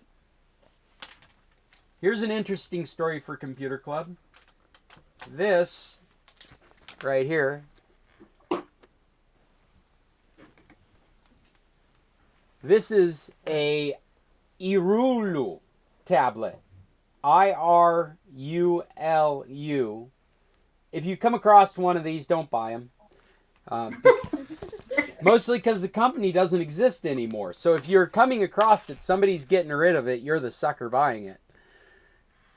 I don't know if you can make out what's on the screen, but this is after flashing the firmware, flashing it to reset, setting up as a new device, and it says connect to the internet, and you connect to the internet your Wi-Fi, and then it says couldn't connect to internet. And because I can't connect to the internet, I can't complete the interview process. Because I can't complete the interview process, the device cannot be used. It can be chucked in the trash. Now, this problem exists because this is a knockoff piece of garbage from China that phones home. One of the first things it does is it tries to contact the mothership and say, hey, I'm in the hand. And we've become very aware of this behavior, and that site has been taken offline. So it's got nothing to phone home to. And consequently, this manufacturer's gone completely out of business. So this is just a dead piece of electronic e-garbage right now. I've been trying to hack my way around it. I've learned some very interesting things you might find interesting. One of the hacks, this is Android, it's either 5 or 6, but this works up till 6. I can pick a random Wi-Fi network and approach it as though I'm going to go into it by putting in a password. I can say show password. I can copy it, and you'll see this list of options come up. One of them is to share. I can get at the share option even though the tablet's not set up. It brings up a menu of things that I can share with. I don't care about sharing, but I kind of want to get into the setup. So I'll choose email, but instead of going into email, I'll hold email, which tells Android I want the settings of email. All of a sudden I find myself in the email settings. This is a great demonstration of how hackers work.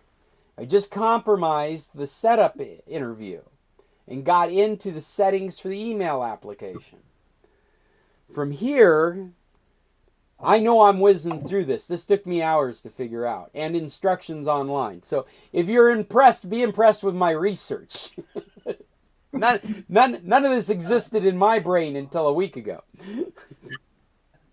I can go into notification settings, and I can go into app settings, and I can come up here to the more menu, and I can choose manage accounts.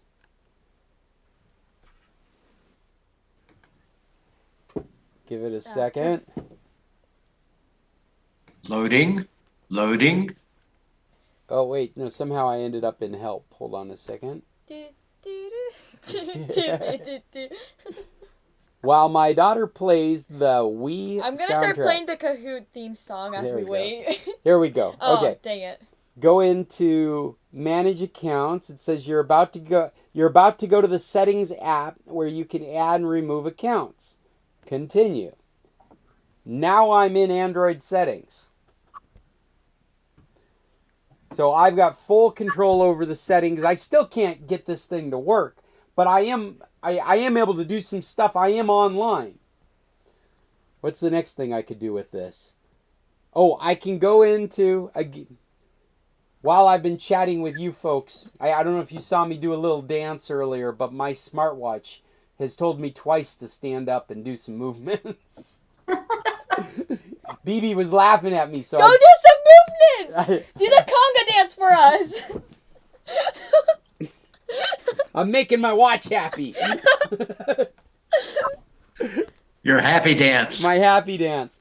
So in settings, I can go into the Google settings, and I can choose search now.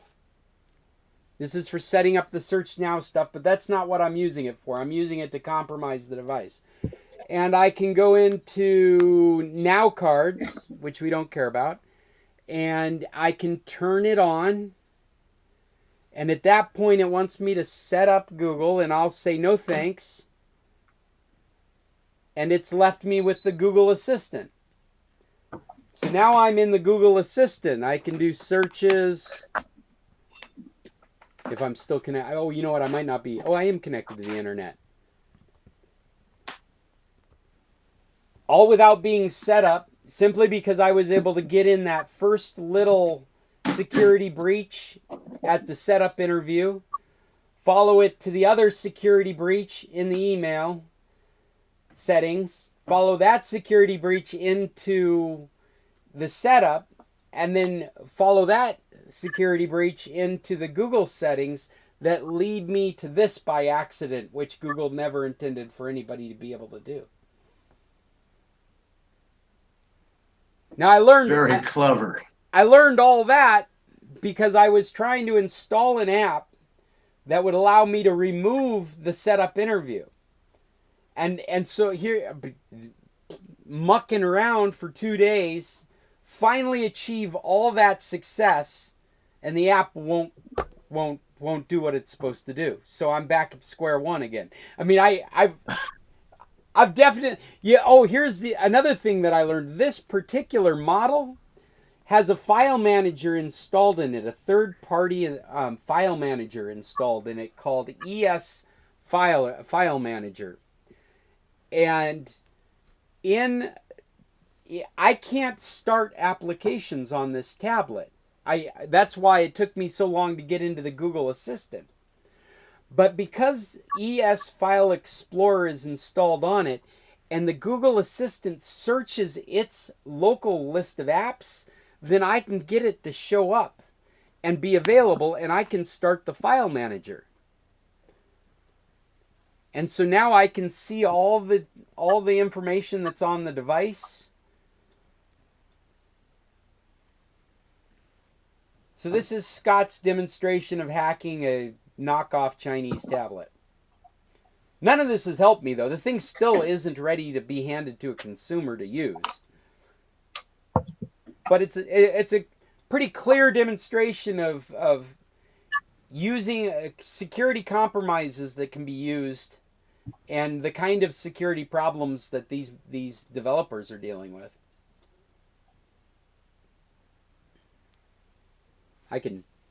Yeah. I don't know. Anyway, piece of garbage. Don't buy them. It will not work. The other thing that I learned how to do recently is if you have any interest, Bill, maybe you're interested in this. I learned how to very quickly build a DNS server for myself. There is a very complex open source software called Bind that I have had to install and use at different points in my life, which is not intuitive. I would never recommend it to a novice to get into it. Every time I've had to use it, I've had to relearn it. Days of research. Do not like Bind. It's very cryptic, but it's free, and that's what draws you to it, is that you don't have to buy it. You could buy Microsoft DNS server, and it's all bells and whistles and graphics and really easy to set up. But I found another one. I think I've even got it sitting over here on this computer still. And I want to say the name, but I don't think I can say the name without looking at it. It is Technetium. Technetium. Technetium.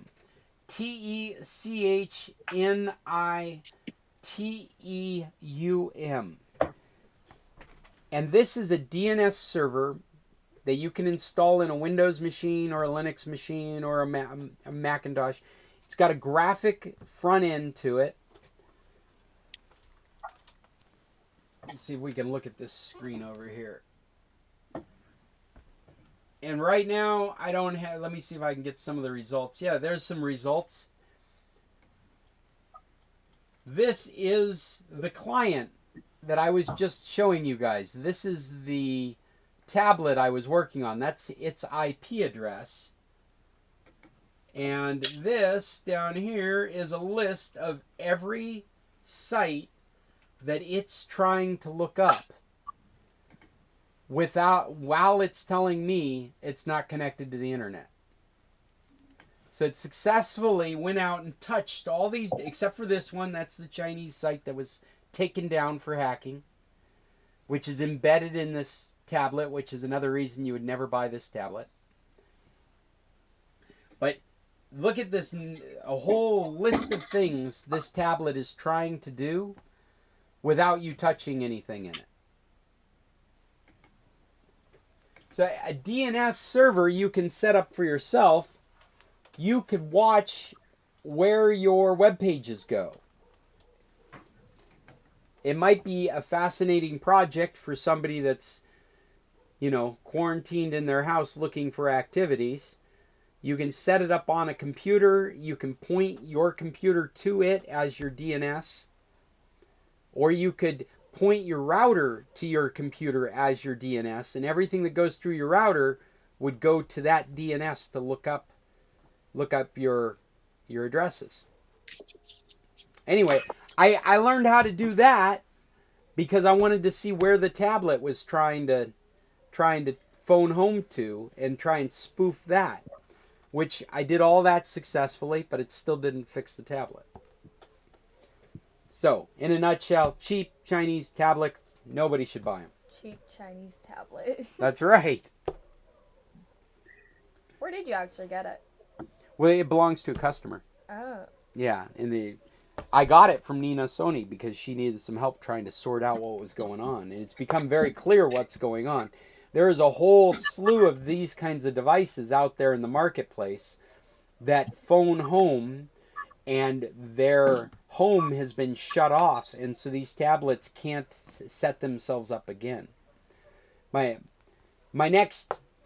This has all become entertainment for myself. I told her I would do it because I want to do it. I find it fascinating. But there's no way I could charge anybody for it. I've already got like $1,000 of labor invested in this project. And the tablet only costs like $80 if you were to buy it. So there's no way I have to, I'm awash in my own research and knowledge that I've gained from it. That's what I got out of it. Bonus.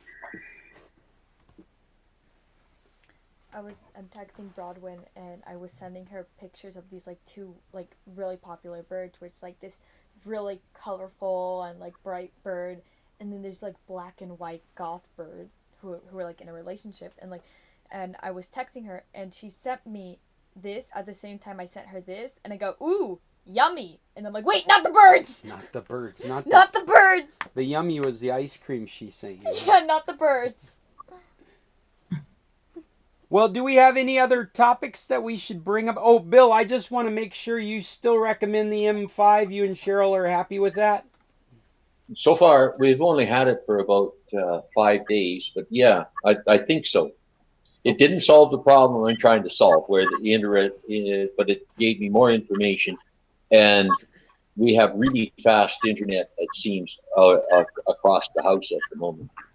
That's nice. For example, Scott, usually the internet service is such that I can't have all of us as video. Like, right. I remember that. Well, right now I can see everybody's, there's only 8 of us on, but I can see all 8 of us, the video's running on everybody. Where usually during these meetings, I've got icons on half of them. Oh, well, that's great. That sounds like it did solve a congestion problem on your local wireless network. Yeah, and this is only day 3 because it was delivered on Saturday and today's Tuesday. So yeah, it feels like we've had it for 5 days, but Bill spent all day, hooking it up the one day, and then we've had 1 day of experience with it, basically. Well, yesterday I had a fight with it in the afternoon. So yeah, it's still a learning experience, but so far it seems to be working well. How far from your house does it? Can you use it outside, or it's not the right time of the year to be doing that, Bill? But we haven't been outside for 3 weeks. What are you talking about? Well, I think probably the best way to think about it is that each one of those units is an AC 1300, if I remember right. An AC. Yes. 1300. So that's a standard that covers. I'm not remembering it all of a sudden. Is it 1500 feet? Does that sound right? I don't remember. I don't know. It seems like in total they were saying like a radius of 5,500 feet for all 3 units in play together. Well, I do know, like, we have one in the living room, the master, and then there's one in like our house has goes back a long ways, is in the bedroom, and I do know that the Wi-Fi used to get pretty wonky back there if I was trying to run the iPhone. That's the only thing that goes back there is the iPhone, and I would have to just go on to the data, the AT&T data, in order to look at anything on the internet there. But now it's solid. It's completely solid now. Yeah, we'll take something down into the basement in the back in the corner behind the Why Well, not? it should be fine because in the basement back in the corner is right underneath one of the decos. Is it deco or deco? What is it called? It depends if you're Spanish. Deco is how you pronounce it in Spanish. I've heard a lot of English Yeah, speakers, I know how to pronounce it, but what's it really called? I've heard a lot of So, English speakers call it deco in yeah, English. deco, deco. I've heard a lot call it the TP-Link But deco. it doesn't help me. A meme in Spanish is meme. Right. Right. I guess that's my creative way of saying I don't know how it's supposed to be pronounced. But you're running the same network that Paul's running, and the same network that Jim's running, and my friend Gustavo is running, and I'm very interested in it myself. I've been playing with an AC 1300 router just recently here, and one router is not covering all the space, though it goes quite a bit farther. In fact, Paul had mentioned, I think last week, he was thinking about maybe bringing one of those units to be his main unit in San Carlos. And that theoretically should work, but you would expect the range of an AC 1300 router. So I would suspect that if you're replacing AC 1300, you're not going to get any difference of performance. If that Why makes wouldn't sense. you bring two of them down and then make a mesh out of them back in the one side of the house? Yeah, I think Paul was thinking that his router in Mexico was a shorter range than these new routers were. Yeah. And he didn't need the third node where he is. Paul, chime in whenever. You're on mute right now. You're muted. You have angry face.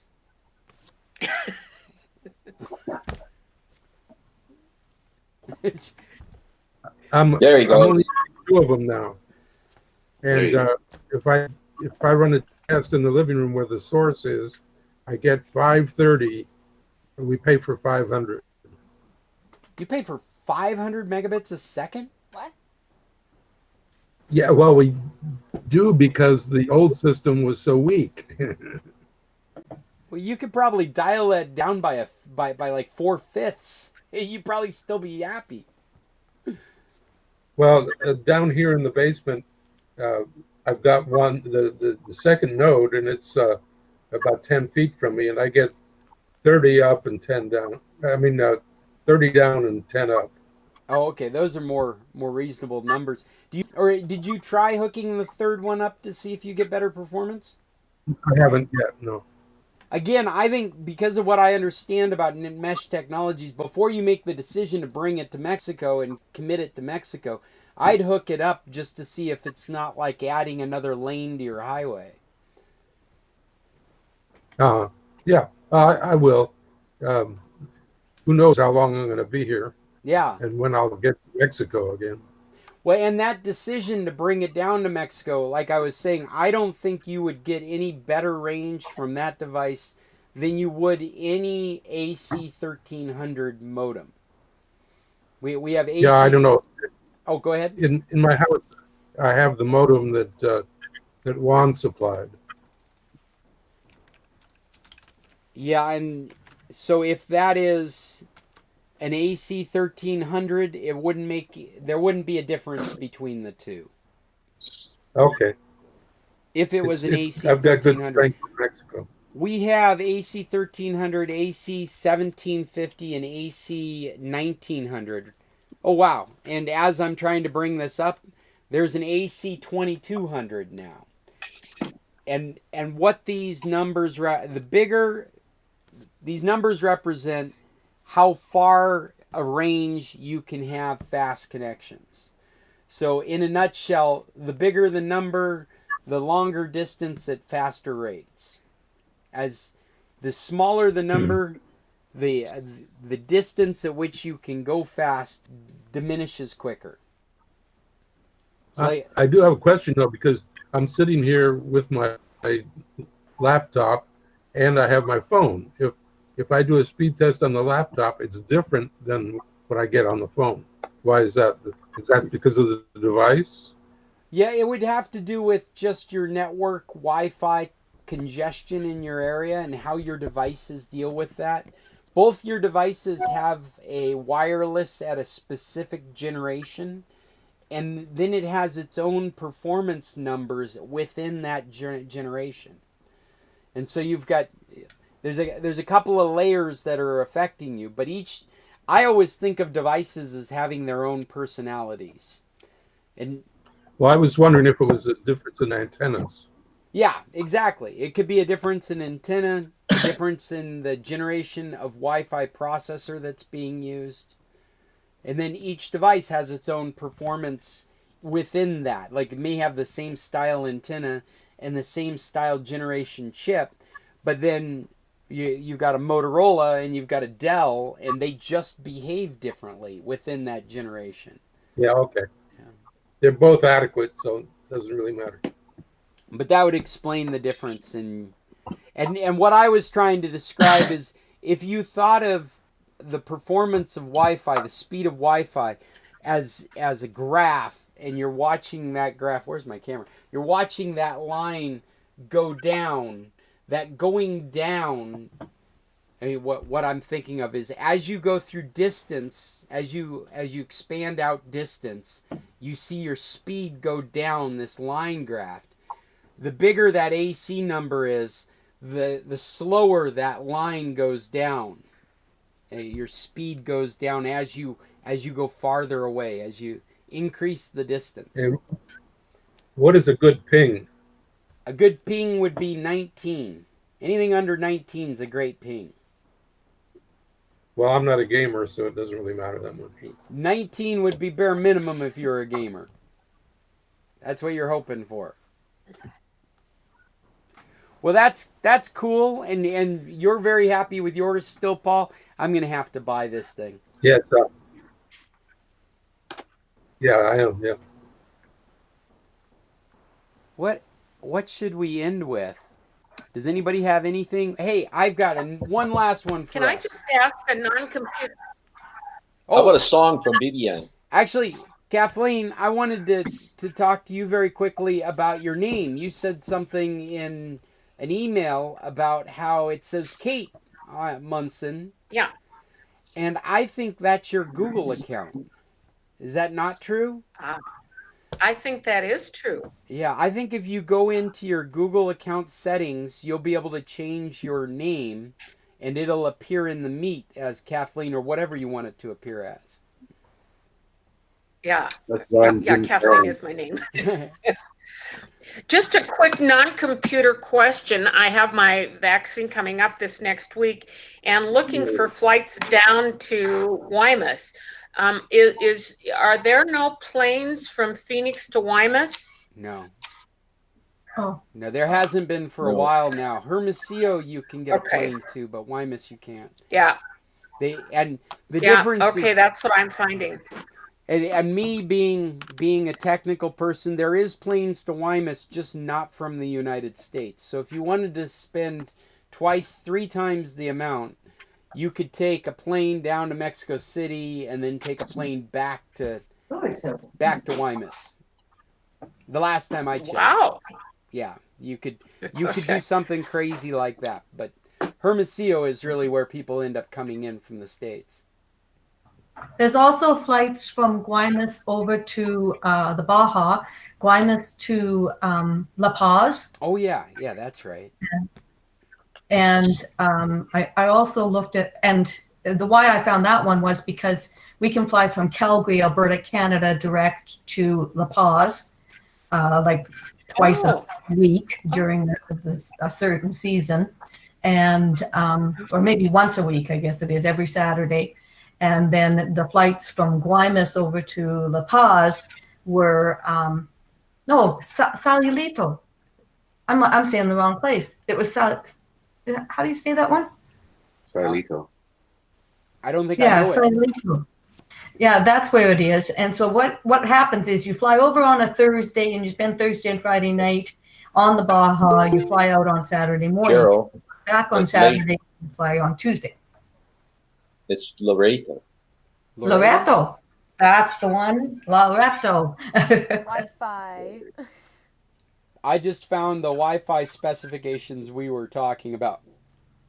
I'm going to put a link to this on today's meeting if you guys have any interest in this.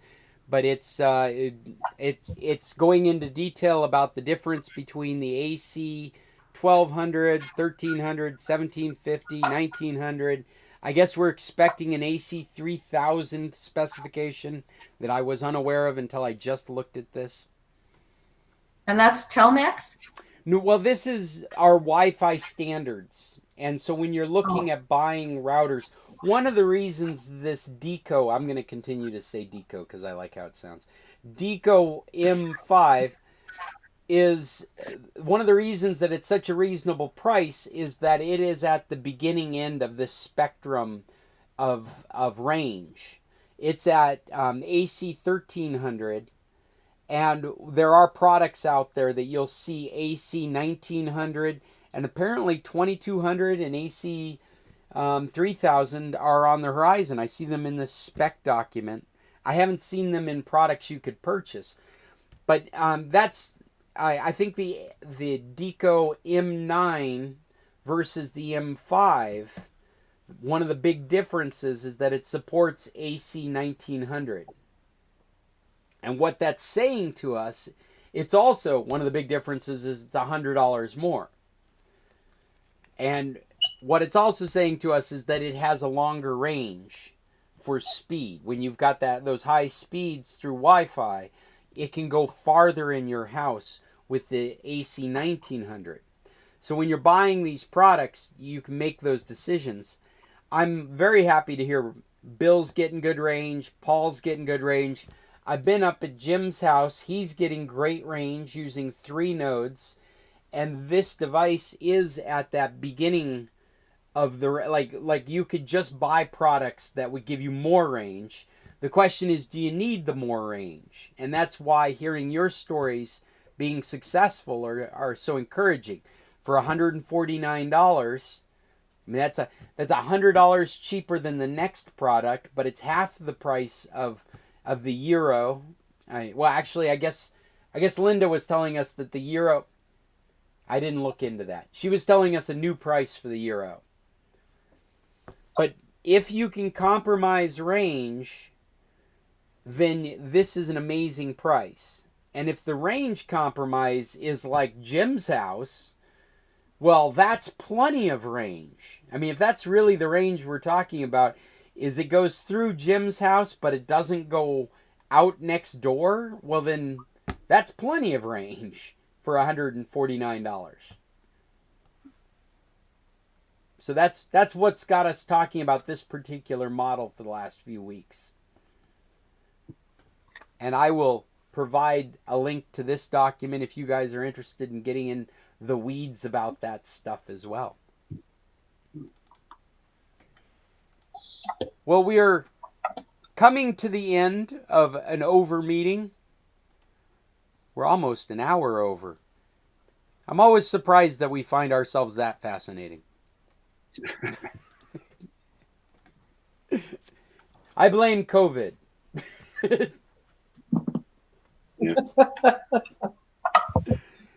Well, it's amazing what we find is interesting, Scott, because we find the Amazon driver extremely interesting, even though he just comes and throws things on the front porch. Oh, thank you. And by the way, we had really interesting. We had water delivered today, so woohoo! It's a big day. Water. Oh, you'll be able to have a bath. Yeah, sometime. Well, probably most of this will stay till next week. Is the well frozen, Bill? Is the well frozen, or what's the? Oh no, the well water here isn't very good. Everybody runs off cisterns in this area. So you buy your water. So you're getting a tank filled with water for the house. Yeah, there's a cistern, 800-gallon or 1,000-gallon cistern, and okay. About once every 3 weeks, the water truck shows up and he just dumps her in there. So we got a full cistern today. Awesome. Do you have a well as a backup? Just out of curiosity, No. Well, there's a well drilled here, but it's never been hooked up that I know of. Like we bought the place, there's a well there, but It, as far as I can tell, it's never been hooked up. Oh, okay. Irrigation. Well, guys, I feel like we've reached the end. I mean, you're welcome to stay and chat amongst yourselves, but I can't do it anymore. I have got to go on to my projects. Yeah, well, we've seen what you do with your projects, watching movies and fooling around with old Chinese laptops. That's right. Just contact me if you need more of that quality information. Sorry, Jim, what was that? So did Bibiana enjoy the meeting? It was interesting. Well, I was very happy to have her here with us. I find it interesting and a mixture of boring. It's like spicy when people start boredom. talking about Apple products. Well, do we have any last things we should include in this meeting before we call it adjourned? One more day. Oh, okay. I have a quick question. Yes, Jim. Do we dare go ahead and upgrade the phones to the 14.3? Ooh, what are you on already? Whatever the predecessor was. You're on 13? 13.5. No, I think I'm 14.1. Let me. Oh, look. okay. Yeah, then you should upgrade. All right. But the best of my knowledge is if you're already in 14, you should be all the way up to the latest version. Wait, one of the things you might want to do is just verify that you've got an iCloud backup of your phone before you do it. Will do. If you go into settings under iCloud, it should show you if you've got a current backup there. I should, but I'll double check. Yeah. Hopefully you do. That's the way I recommend you guys set up your stuff, is to be doing iCloud backups, so that if something goes wrong, like Cheryl was talking about her phone, I would think Cheryl, you probably want to make sure you have an iCloud backup and then just factory reset the phone and then restore from the backup. Well, I just looked at it, and iOS 14.3 was installed yesterday, and I don't know why it decided to do that. Yeah. But, well, Jim, you might hold off another week, actually, if it was just installed yesterday and Cheryl's telling us these stories that her phone's acted weird. You might wait another week to hear other people's experiences with 14.3. I made the mistake. Sorry.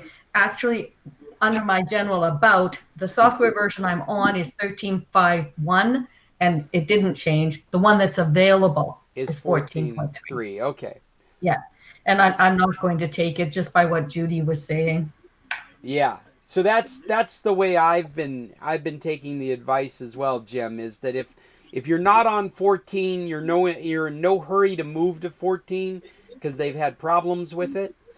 But if you're already on 14, then you want to be in the latest 14 because the latest is them fixing those problems. Okay, I will double check.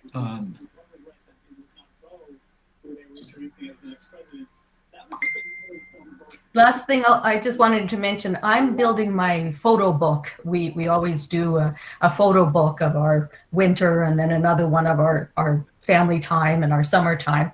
And I'm working on Carolyn and James's birthday party that they held last January at Hair of the Dog right now. So as I switch back and forth from the different screens, which is working very well on the computer, and I'm looking at ourselves dancing and enjoying San Carlos, and I can't wait to do that again next year.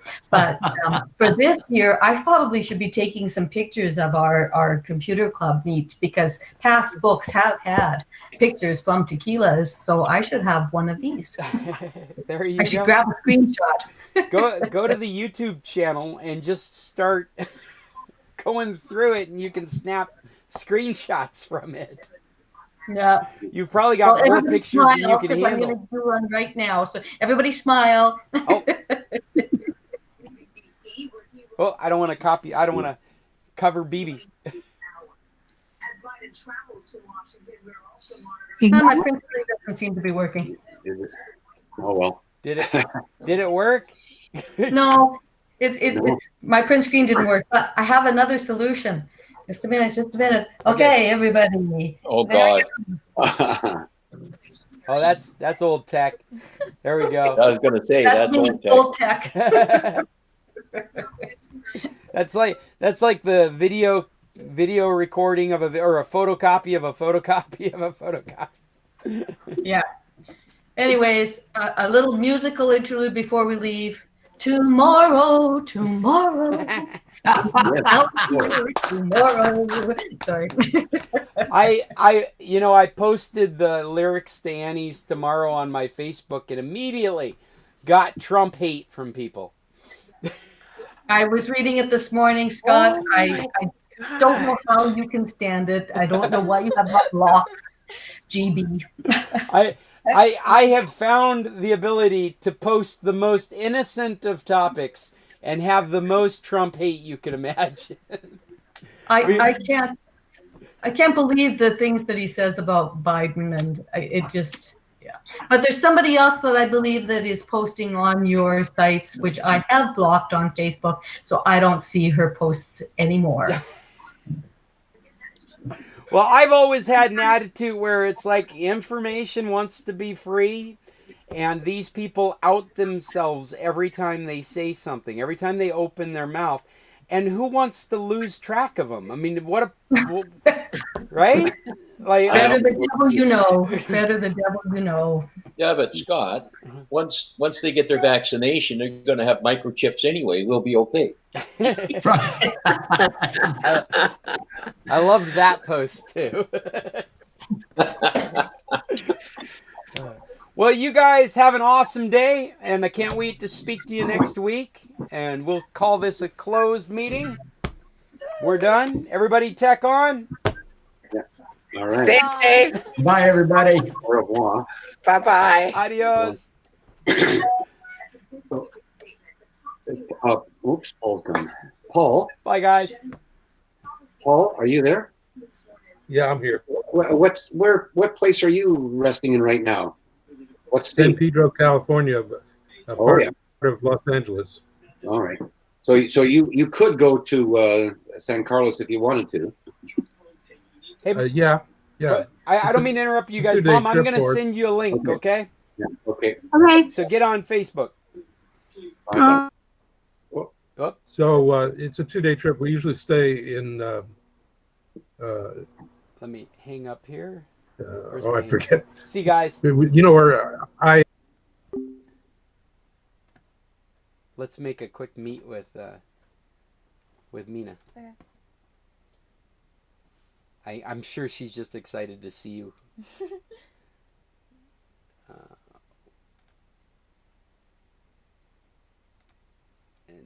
Create a new, start an instant meeting.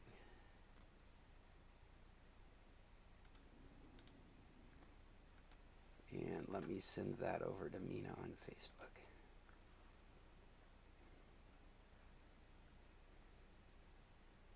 Oh, and let me stop. This is Scott and B.